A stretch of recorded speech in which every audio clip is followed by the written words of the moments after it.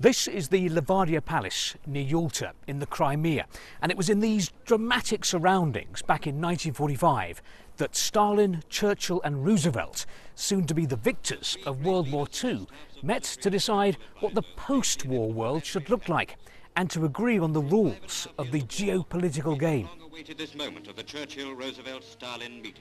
And this is where the deal was signed, the so-called great powers deciding the big issues of the day.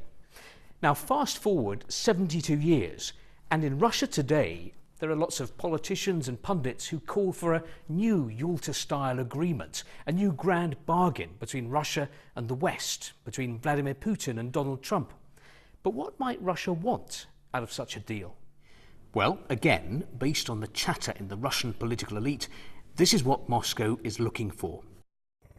For starters, a promise that NATO troops will move away from Russia's borders and a guarantee that Ukraine and Georgia won't join the alliance.